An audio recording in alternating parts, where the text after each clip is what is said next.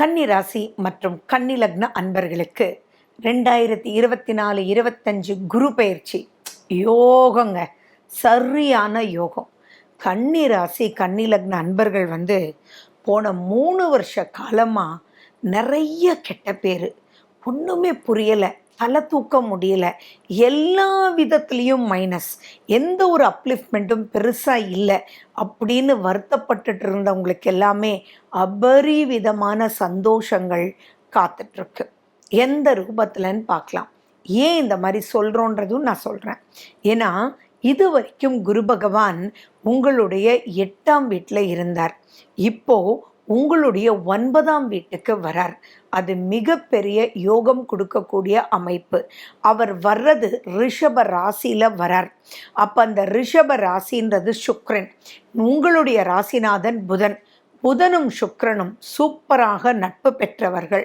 அதுவும் அந்த இடத்துக்கே குரு வரும்போது அசூர ரூபமாக, நல்ல யோக ரூபமாக, எல்லா விதத்துலேயும் பிரச்சனைகள் ஒரு நல்ல முடிவுக்கு அப்பாடா அப்படின்னு சொல்லக்கூடிய வகையில் அற்புதமாக இருக்கும்.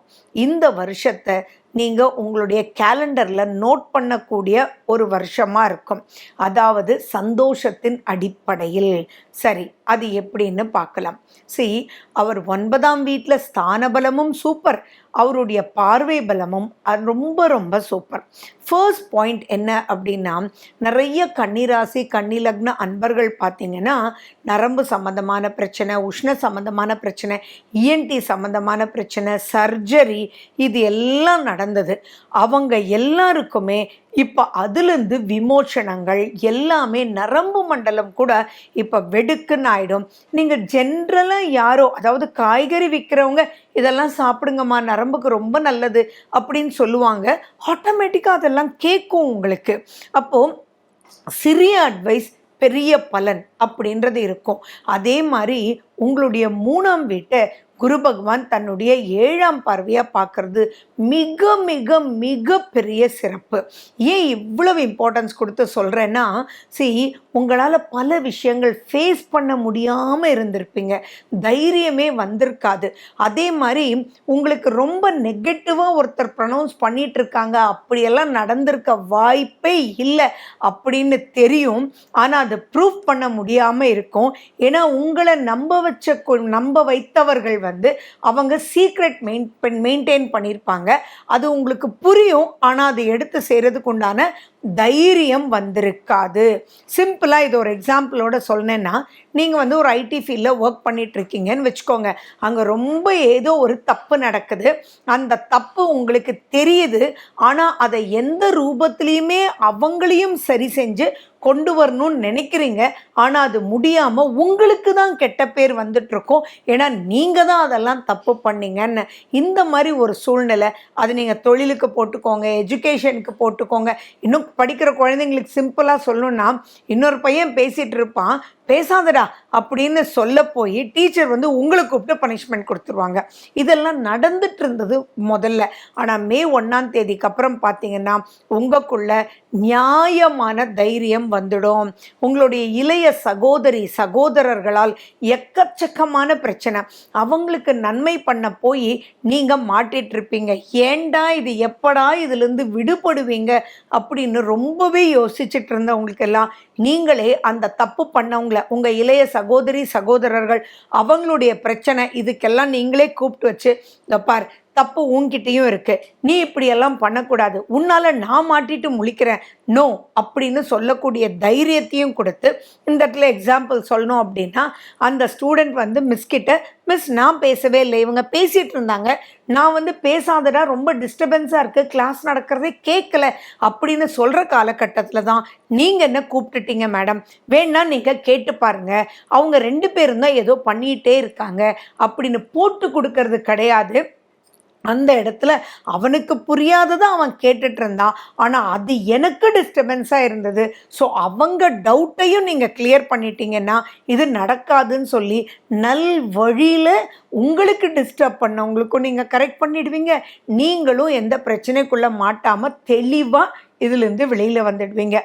இதே தான் நீங்கள் வந்து உங்களுடைய இளைய சகோதரி சகோதரர்களுக்கு ஏதாவது பிரச்சனைன்னு நீங்கள் போய் கெட்ட பேர் வாங்குகிற இடத்துல அவங்களையும் கரெக்ட் பண்ணி, நோ நீ இப்படியெல்லாம் இருக்கக்கூடாது, இதெல்லாம் டூ மச் நீ பண்ணுறது அப்படின்றத சொல்லிட்டு வேணுமா வேண்டாமா அதுக்கு என்ன வழி அப்படின்றத அவங்களோட உட்கார்ந்து பேசி அவங்களையும் விட்டு கொடுக்காமல் அவங்களுடைய பிரச்சனையும் நீங்கள் தீர்த்து வச்சு உங்களுக்கு ரிலீஃப் அப்படின்றது கொண்டு வந்துடுவீங்க. அண்ட் மேலும் பார்த்தீங்கன்னா அது உங்களோட இதிலிருந்து வெளியில் வர்றதுக்கு உங்களுக்கு கை கொடுக்கக்கூடியது யார் தெரியுமா? உங்களுடைய லைஃப் பார்ட்னர். இதை விட வேற என்ன சந்தோஷம் இருக்குது? ஏன்னா குரு வந்து தன்னுடைய 7ஆம் பார்வையா உங்களுடைய 3ஆம் வீட்டை பார்க்குறாரே. அப்போ 7 அப்படின்னா கலத்திரம். ஸோ கூட இருக்கிறவங்க எல்லாமே இதை இன்னும் அதே எக்ஸாம்பிள் நம்ம எடுத்துக்கிட்டோன்னா, அந்த ஸ்டூடெண்ட் இருக்காங்க இல்லையா, அப்போ மிஸ் வந்து ஏய் நிஜம் சொல்கிறியா, நீ உண்மை சொல்கிறியா அப்படின்னு கேட்பாங்க. அப்போ பக்கத்தில் இருக்கிறவங்கள ஆமாங்க மேடம், ரொம்ப நேரமாக டீச்சர் அவங்க 2 பேரும் புரியலன்னு பேசிகிட்டு இருக்காங்க, எங்கள் எல்லாருக்குமே தான் டிஸ்டர்பன்ஸாக இருந்தது, அதில் இவன் போய் டக்குன்னு இந்த மாதிரி சொல்லும்போது தான் நீங்கள் வந்து அவனை பிடிச்சிட்டிங்க, ஸோ கண்டிப்பாக அவங்க தான் பிரச்சனை அப்படின்றது உங்கள் கூட இருக்கிறவங்களும் உங்களை புரிஞ்சுக்கிட்டு அவங்களும் உங்களுக்கு கை கோத்து உங்களை ப்ரொடெக்ட் பண்ணுவாங்க. ஸோ அப்படி இருக்கக்கூடிய நிலையில தான் உங்களுக்கு ஆதரவுகள் அனைத்து ரூபத்திலையும் உங்களுக்கு கிடைக்கும். அதே மாதிரி உங்கள் குழந்தைகளாலும் உங்களுக்கு நல்ல ஒரு வாழ்க்கை, உங்கள் குழந்தை நல்லா இருக்கணும், உங்கள் குடும்பத்தை பார்க்கலாமே, உங்கள் ஃபேமிலியினுடைய இம்பார்ட்டன்ஸை பார்க்காம மற்றதெல்லாம் போய் நீங்கள் தான் கல்யாணம் பண்ணி கொடுத்துட்டீங்க, முடிஞ்சு போச்சு, அவங்க ப்ராப்ளத்துக்கு ஐடியாஸ் கொடுங்க, ஆனால் நுழைஞ்சு எக்கச்சக்கமான பிரச்சனைக்குள்ளே மாட்டிகிட்டு இருக்கீங்க, சரி பரவாயில்ல வாங்க 2 பேரும் சேர்ந்து போய் இதை சால்வ் பண்ணலாம் அப்படின்னு சொல்லிட்டு உங்களுடைய இளைய சகோதரிக்கு மனசுக்கு பிடிச்ச மாதிரி நீங்கள் சால்வ் பண்ணி கொடுத்துட்டு அதன் மூலிமா சந்தோஷமாக அவங்களுக்கும் ஒரு வழி நடத்தி, நான் என்ன சொன்னேன், அந்த குழந்தைக்கு என்ன பண்ணான் இந்த பையன், அவங்களுடைய டவுட்ஸையும் கிளியர் பண்ண வச்சு சைலண்ட்டாகவும் இருக்க வச்சு அதன் மூலிமா இவனும் கிளாஸை கவனித்து அப்லிஃப்ட்மெண்ட்டாக மார்க் வாங்கினா. ஸோ இந்த உங்களுடைய 5ஆம் வீட குரு தன்னுடைய 9ஆம் பார்வை, அது மிகப்பெரிய யோகம். உங்களுடைய 3ஆம் வீட்டையுமே பார்க்கறதுனால ஸ்மூத்தான கம்யூனிகேஷன் மூலிமா ரைட்டானது புரிஞ்சு கரெக்டான வழியில் எடுத்துகிட்டு போய் சூப்பராக நீங்கள் ஜெயிச்சிடுவீங்க. 6ஆம் வீட்டில் சனி பகவான் உங்களுக்கு ரொம்ப ஃபேவரபுளாக இருக்கார், ஸோ அதுவுமே சூப்பர். 7ஆம் வீட்டில் ராகு இருந்தாலும் அது குரு பகவானுடைய வீடாக இருப்பதினால் அண்ட் அந்த சனி பகவான் இப்போ பூரட்டாதி நட்சத்திரத்திலேயே இருக்கிறதுனால, பூரட்டாதின்றது குரு பகவானுடைய நட்சத்திரத்தினால் எதை எப்படி என்ன சுற்றி வந்தாலும் நீங்கள் உங்களுக்கு வந்த ப்ராப்ளம்ஸ், நீங்கள் உங்கள் இளைய சகோதரர்களுக்கு வந்த ப்ராப்ளம்ஸ், நீங்கள் நட்பு வட்டாரத்தில் வந்த ப்ராப்ளம்ஸ், உங்கள் குழந்தைகளுக்கு உண்டான ப்ராப்ளம்ஸ், அத்தனை விஷயத்தையுமே ஸ்மூத்தாக்கி ஃபைனலி உங்கள் லைஃப் ஸ்மூத்தாக இருக்கக்கூடியதையும் நீங்கள் பார்க்க போகிறீங்க. ஸோ அப்படிப்பட்ட இந்த குருவை என்ன பண்ணணும், வாவான்னு வரவேற்கணும். அண்ட் உங்கள் சுய ஜாதகத்தில் இருக்கக்கூடிய தசா புத்தி அந்தரம் இதை பார்க்கணும், உங்களுடைய குருவனுடைய நிலையை பார்க்கணும். அதே மாதிரி இப்போ காது கொடுத்து உங்களுக்கு வந்த மைனஸஸை என்ன பண்ணலான்னு சொல்லிட்டு எப்படி அந்த பையன் வந்து அந்த டீச்சர்கிட்ட கேட்டானோ அதே மாதிரி நிறைய பேர் வந்து இப்போ உங்களுக்கு சொல்லுவாங்க, அதை காது கொடுத்து கேட்கணும். அந்த இடத்துல நெகட்டிவான திசா புத்திகள் நடந்துட்டு இருந்தா நீ என்னடா சொல்கிறத, நான் அப்படித்தாண்டா அப்படின்னு போனீங்கன்னா அது மிகப்பெரிய சிக்கலுக்குள்ளே மாட்டிடுவீங்க.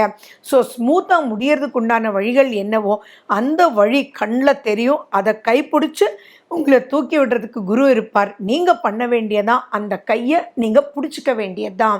அதை பிடிச்சிக்கிறதுக்கு நீங்கள் என்ன பண்ணணும் அப்படின்னா, குருனுடைய ஸ்லோகங்கள், நீங்கள் மஞ்சள் பொடி அதிகமாக யூஸ் பண்ணுங்கள், மஞ்சள் கிழங்குல நீங்கள் வந்து ஆவி பிடிங்க. சனி ஃபேவரபுளாக இருக்கிறதுனால நல்லெண்ணெய் தீபத்தில் நீங்கள் மஞ்சக்கிழங்க சுட்டு நீங்கள் அரிசியில் வச்சு அதை நீங்கள் வந்து அப்படியே இன்ஹேல் பண்ணிகிட்டு இருக்கும்போது நெகட்டிவான ஹெல்த் ப்ராப்ளத்துலேருந்தும் வெளியில் வந்துடுவீங்க.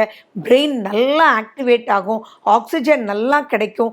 அப்போ அனைத்து பிரச்சனையிலேருந்தும் விடுபட்டு சந்தோஷமான ஒரு வாழ்க்கைக்குள்ளே சூப்பராக போக போகிறீங்க. ஸோ என்ஜாய் பண்ணுங்கள். மேலும் விவரங்களுக்கு ஃபோன் நம்பர் 9842266555.